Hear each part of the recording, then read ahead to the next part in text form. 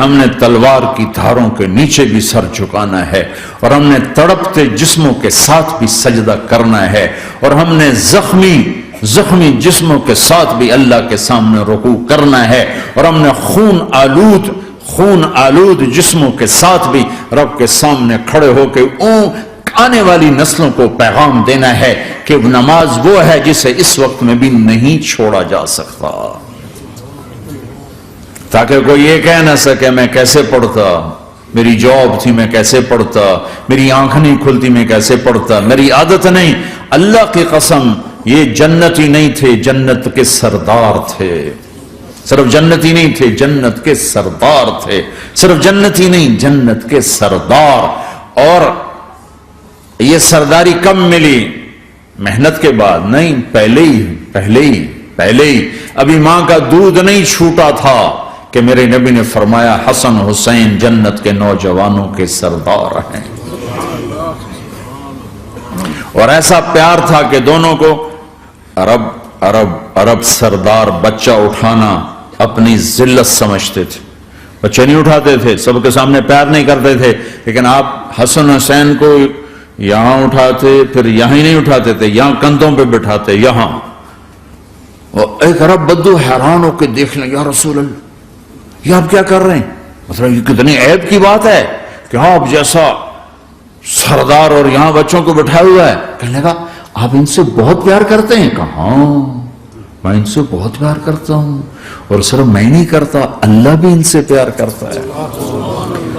اور بتاؤں، جو ان سے پیار کریں گے اللہ ان سے بھی پیار کرے گا، جو ان سے محبت کریں گے اللہ ان سے بھی محبت کرے گا، اللہ بھی ان سے محبت کرے۔ پھر ہم نے دعا مانگی، یا اللہ جو ان سے پیار کرے تو ان سے پیار کر، جو ان سے بغض رکھے تو ان سے بغض رکھ۔ حسن حسین کی کشتی کراتے تھے، دونوں بھائیوں کی کشتی کراتے۔ ایک دفعہ دونوں کی کشتی ہو رہی اور حسین ذرا کمزور پڑ رہے تھے تو آپ اس کو شاباش دیتے، شاباش شاباش شاباش۔ تو حضرت فاطمہ کہنے لگی، ماں بھی بیٹھی تھی، کہنے لگی یا رسول اللہ آپ حسین کو شاباش دے رہے ہیں، حسن کو کیوں نہیں دے رہے؟ تو آپ نے کہا یہ جبریل میرے پاس کھڑا ہوا یہ بھی حسین کو شاباش دے رہا ہے تو میں بھی حسین کو شاباش دے رہا ہوں۔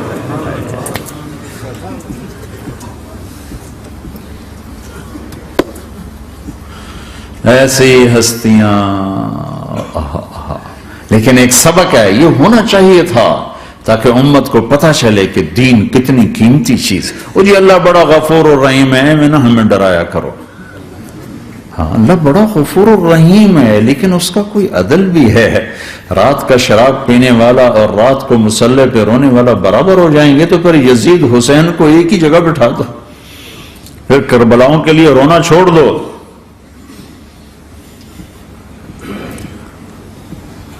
رات کو ناچنے والی رات کو رونے والی برابر ہو جائیں گے، سود کھانے والا حلال کھانے والا برابر ہو جائیں گے، شراب بیچنے والا اور مزدوری کرنے والا برابر ہو جائیں گے، جھوٹ بولنے والا سچ بولنے والا برابر ہو جائیں گے۔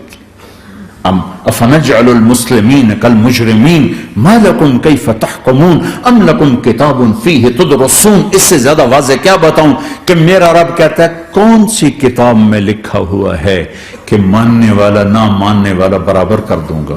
کون سی کتاب میں؟ اللہ کو یہ کہنا پڑ رہا ہے ام لکم کتاب فیہ تدرسون، کس کتاب میں یہ لکھا ہوا ہے؟ ام نجعل المتقین کالفجار، ایک بدماش اور ایک فرمانبردار کو برابر کر دوں؟ کہاں لکھا ہوا ہے؟ ایسی ہستیاں، جنگ سے پہلے اونگ آ گئی، آنکھ کھلی تو ہنسنے لگے۔ بہن نے پوچھا یہ تو ہنسنے کا موقع نہیں، کیوں ہنسے ہو؟ زینب کہا بہن اللہ کے نبی خواب میں آئے، فرما رہے ہیں بیٹا میں لینے آ چکا ہوں، تو اب نہ پڑھے نماز، اب کیا مسئلہ ہے؟ جنت کے لیے تو کرنا ہے سب، یہ جنت کے لیے تو کر رہے، اللہ کے لیے تو کر رہے کہ زرد دادن و جان دادن نہ آئے از لذت دیدارش، خسرو چتواں گفتن سر دادن و جان دادن نہ دیدار خیارے۔ اس اللہ کے لیے تو سر کٹا رہے ہیں، تو وہ تو راضی ہو چکا ہے، نبی آ چکا ہے، آؤ بیٹا میں لینے آ چکا ہوں، تو اب نہ پڑھے نماز؟ نہیں، برمنگم والوں کو کون بتائے گا کہ نماز کیسی چیز ہے؟ انہوں نے کہا جی وہ نہیں جنگ رو کرے گا، پھر چلو نماز پڑھو، نماز تو نہیں چھوڑی جا سکتی۔ آدھوں کو روک دیا تم جنگ کرو، آدھوں سے کہا تم نماز پڑھو، آدھوں نے نماز پڑھی، آدھوں نے جنگ کی، پھر جنہوں نے نماز پڑھی انہوں نے کہا تم آگے بڑھ جاؤ، ان سے کہا تم جا کے پیچھے اللہ کے بارگاہ میں سجدہ کرو۔ 1400 سال کی تاریخ میں ایسے نمازی میری نظروں سے نہیں گزرے، اور ایسی نماز نہیں پڑھی گئی نبی کے زمانے کے بعد۔ آپ نے بھی صلاۃ خوف ایک پڑھی تھی، وہ نبی تو نبی ہوتا ہے، اور کیا ان کا حال تھا، خون و خون، اپنے خون سے وضو کیے یا کربلا کی مٹی سے تیمم کیے؟ جب سجدوں میں سر رکھ کے سبحان ربی الاعلی کہا ہوگا تو دھرتی میں کیا ہلچل مچی ہوگی۔ نماز نہ چھوڑا، نماز نہ چھوڑ، نہ کوئی عورت نہ کوئی مرد، نماز نہ چھوٹے، اللہ کو، اور کبیرہ گناہوں سے بچو، کبیرہ گناہوں سے، بڑے گناہوں سے بچو، بڑے گناہوں سے بچو۔ چھوٹے گناہ ہوتے رہتے ہیں اور اللہ بھی درگزر کرتا ہے، بڑے گناہوں سے بچو، وہ بھی ہو جائیں توبہ کر لو معاف، توبہ کر لو معاف۔ ماں باپ کی نافرمانی بڑا گناہ ہے۔ ایک صحابی کی بیگم نے کہا یا رسول اللہ میرے خامند موت کی حالت میں کلمہ نہیں پڑھا جا رہا، علقمہ، آپ دوڑے ہوئے گئے، آپ نے کہا بیٹا کلمہ پڑھو، کہا جی نہیں پڑھا جا رہا، بول رہے ہیں، کہا جی پڑھا نہیں جا رہا، کہا کیوں؟ پھر آپ نے ایک دم کہا کوئی ماں باپ میں زندہ؟ کہا جی ماں راضی ہے؟ کہا نہیں ناراض، بلاؤ، وہ آ گئی۔ آپ نے کہا علقمہ کی اماں تمہیں بچے سے ناراض ہو؟ کہا جی ہاں۔ کیوں ناراض ہو؟ کہا جی اور کچھ نہیں، بہت نیک بچہ ہے، تہجد پڑھتا ہے، روزے رکھتا ہے، قرآن پڑھتا ہے، مجھ سے بدتمیز ہو کے بولتا ہے۔ مجھے ابھی راستے میں بتا رہا تھا ایک ساتھی کہ جی یہاں کے جو بچے ہیں وہ ماں باپ کے ساتھ بہت بدتمیز ہو کے بولتے ہیں۔ پہلا قصور ماں باپ کا، انہوں نے کب ٹائم دیا تھا؟ انہوں کو ٹائم دیا تھا بچوں پر محنت کے لیے؟ کہا یا رسول اللہ اور کچھ نہیں ہے، بدتمیز ہو کے بولتا ہے۔ تو آپ نے کہا معاف کر دے، کہا میرا دل ٹوٹا ہوا ہے۔ آپ نے کہا اچھا اگر میں اسے آگ لگاؤں پھر سفارش کرو گی، معاف کرو گی؟ کہا پھر تو کروں گی، اتنا تو میں نہیں سہ سکتی۔ کہ اگر تو نے معاف نہ کیا تو سیدھا اللہ کی آگ میں جائے گا۔ ہے کون؟ صحابی۔ آپ نے کہا اچھا یا رسول اللہ میں معاف کرتی ہوں، میں معاف کرتی ہوں۔ تو آپ نے کہا بیٹا کہو لا الہ الا اللہ، تو اس نے کہا لا الہ الا اللہ، اور جان نکل گئی۔ پھر آپ نے اس کا جنازہ پڑھا اور اس کے دفن میں شریک ہوئے، قبر تک گئے۔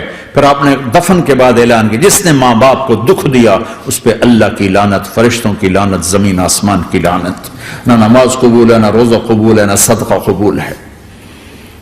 کبیرہ شراب سے بچو، نشوں سے بچو، جھوٹ سے بچو، جھوٹ سے بچو، جھوٹ سے بچو، جھوٹ سے بچو۔ میرے نبی نے فرمایا میرا امتی ہر گناہ کر سکتا ہے، ایک جھوٹ نہیں بول سکتا، ایک دھوکہ نہیں دے سکتا۔ میرے نبی نے فرمایا جس نے دھوکہ دیا میری امت سے نکل گیا۔ نماز چھوڑنے پر کہا اس نے کفر کیا، جس نے نماز چھوڑی کفر کیا، اور جس نے دھوکہ دیا میری امت سے نکل گیا۔ من غش فلیس منا، جھوٹ نہ بولو، دھوکہ نہ دو، سب کچھ چلا جائے جانے دو، سچ کا ساتھ نہ، سچ کا ساتھ۔ ابن خراش رحمت اللہ علیہ کے بارے میں مشہور تھا زندگی بھر کبھی جھوٹ نہیں بولا۔ حجاج کا زمانہ، ان کے دو بیٹے حجاج کے خلاف جنگ میں شریک ہو گئے، پھر ان کو شکست ہوگی، وہ بھاگ گئے، پھر چھپتے چھپاتے گھر پہنچ گئے۔ سی آئی ڈی نے بتایا کہ وہ گھر آ گئے، تو حجاج نے کہا آج ابن خراش کا امتحان لوں گا۔ ان کو بلا لیا، کہنے لگا ابن خراش وہ تیرے دو بیٹے ہمارے خلاف جنگ میں شریک ہوئے تھے، وہ پہ بھاگ گئے تھے، ان کی کوئی خبر ہے کہاں ہے؟ تو انہوں نے مسکرا کر فرمایا کہ حجاج زندگی موت تو اللہ کے ہاتھ میں، گھر آ چکے ہیں، گھر میں ہیں، ابھی یہیں چھوڑ کے آیا ہوں۔ تو حجاج نے کہا تیرے سچ پر تیرے بیٹے تجھے ہدیہ کرتا ہوں، اگر تو جھوٹ بولتا تیرا سر بھی اڑا دیتا، تیرے بچوں کا سر بھی اڑا دیتا، تیرے سچ پہ تجھے تیرے بیٹے تحفہ دیتا۔ مسلمان جھوٹ نہیں بولتا۔ چند پاؤنڈ کی خاطر تم کاغذات میں ہیرا پھیری کرو، ڈرو اس دن سے جس دن اللہ کے سامنے کھڑا ہونا ہے۔ ایک دفعہ سہارنپور میں جھگڑا ہو گیا، ایک جگہ تھی ہندوؤں کی، مسلمانوں نے قبضہ کیا ہوا تھا، تو ہندوؤں نے کیس کر دیا، انگریز کا زمانہ تھا، عدالت، وہ مسجد بنانا چاہتے تھے ہندو مندر بنانا چاہتے تھے. تو دونوں طرف بات تپی ہوئی. تو آخر وہ جج نے کہا بھائی کوئی ایسا آدمی ہے, ہندوؤں سے کہا, جو گواہی دے دے تو اس کی گواہی تم قبول کر لو گے. اور مسلمانوں سے یہ پوچھا تو ہندوؤں نے کہا جی ہاں, مفتی مظفر حسین صاحب اگر گواہی دے دیں کہ زمین مسلمانوں کی ہے تو ہم دے دیں گے. تو مسلمان بڑے خوش ہو گئے, مفتی مظفر تو آخر مسلمان ہے تو ہمارے حق میں گواہی دے گا. تھا ان کا قبضہ ناجائز.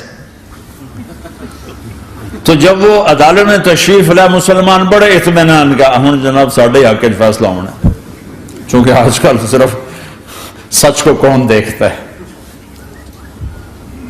تو انگریز جج نے پوچھا ہاں جی مفتی صاحب آپ کیا کہتے ہیں. فرمانے لگے دیکھو جج صاحب یہ زمین ہندوؤں کی ہے اور مسلمانوں نے قبضہ کیا ہوا ہے. تو مسلمانوں نے گالیاں نکالنی شروع, وہ یہودیوں والا بن گیا ہے نا, گالیاں نکالنی شروع کر دی. تو انگریز جج نے کہا آج مسلمان ہار گئے اور اسلام جیت گیا. آج مسلمان ہار گئے اور اسلام جیت گیا. اپنی ہار مان کے اسلام کو جیتا تھا, سچ بول کے اسلام کو جیتا تھا. جھوٹ کے ساتھی نہ بنو, سچ کے ساتھی. جھوٹ کے کاغذ بنا کر کوئی بینیفٹ حاصل نہ کرو. میں نیوزی لینڈ گیا, میں حیران ہو گیا. ایک ہفتہ میں رہا, ڈپریشن کا شکار رہا کہ مجھے بتایا گیا کہ پورے نیوزی لینڈ میں ایک آدمی جھوٹ نہیں بولتا سوائے پاکستانیوں کے, بنگالیوں کے اور انڈین. جو بنگالی, جو پاکستانی, جو انڈین پہنچے یہ جھوٹ بولتے ہیں, ہیرا پھیری کرتے ہیں. ان میں ایک آدمی جھوٹ نہیں بولتا.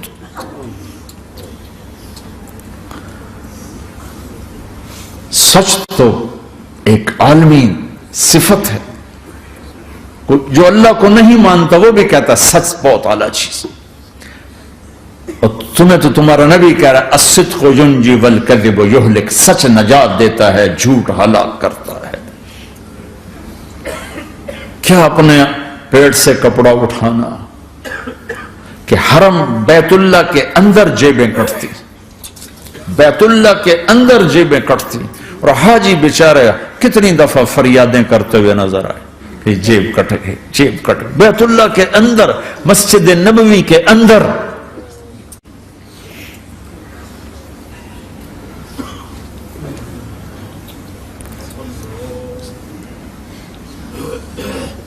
سوال ایسے نہیں آتا 3 کام جو کرے گا کبھی عزت نہ دیکھے گا, 3 کام جو کرے گا کبھی عزت نہ دیکھے گا, 3 کام جو کرے گا کبھی عزت نہ دیکھے گا, اور 3 کام جو کرے گا کبھی ذلت نہ دیکھے گا, 3 کام جو کرے گا کبھی ذلت نہ دیکھے گا, 3 کام جو کرے گا کبھی ذلت نہ دیکھے گا. جو جھوٹ بولتا ہے, جو ظلم کرتا ہے, جو دھوکہ دیتا ہے, جو جھوٹ بولتی ہے, جو ظلم کرتی ہے, جو دھوکہ دیتی ہے, عزت کے خواب دیکھنے چھوڑ دے. ذلت مقدر ہے اس جہان میں اس جہان. قوم ہو, فرد ہو, عورت ہو, مرد ہو, ظلم ہے, جھوٹ ہے, دھوکہ ہے, رب ذوالجلال کی قسم ذلت کے سوا کچھ نہ ملے گا. جو سچ بولتا ہو, جو عدل کرتا ہو, جو دیانتدار ہو, اس کے لیے عزت مقدر ہو گئی, ہو گئی, ہو گئی. سچ ایک فرد میں ہے, عدل ایک فرد میں ہے, دیانت ایک فرد میں ہے یا ایک قوم میں ہے. انہیں عزت دینا یقینی ہو گیا. میرا اللہ انہیں دے کے رہے گا, چاہے وہ اللہ کو مانتے ہیں چاہے اللہ کا انکار کرتے. آگے آخرت کا مسئلہ الگ ہے. یہاں قوم, فرد, قبیلہ, کوئی مذہب, پتھر کا پجاری, آگ کا پجاری, سچ بولتا ہے, ظلم نہیں کرتا, دیانتدار ہے, اللہ کی قسم اللہ اسے عزت کی زندگی دے گا. رات کا تہجد گزار, دن کا روزے دار, کہیں ظلم کرتا ہے, کہیں جھوٹ بولتا ہے, کہیں دھوکہ دیتا ہے, ذلت اس کے ماتھے پہ لکھ دی جائے گی. اور موت کے بعد کی ذلت بھی ساتھ اٹھے گی.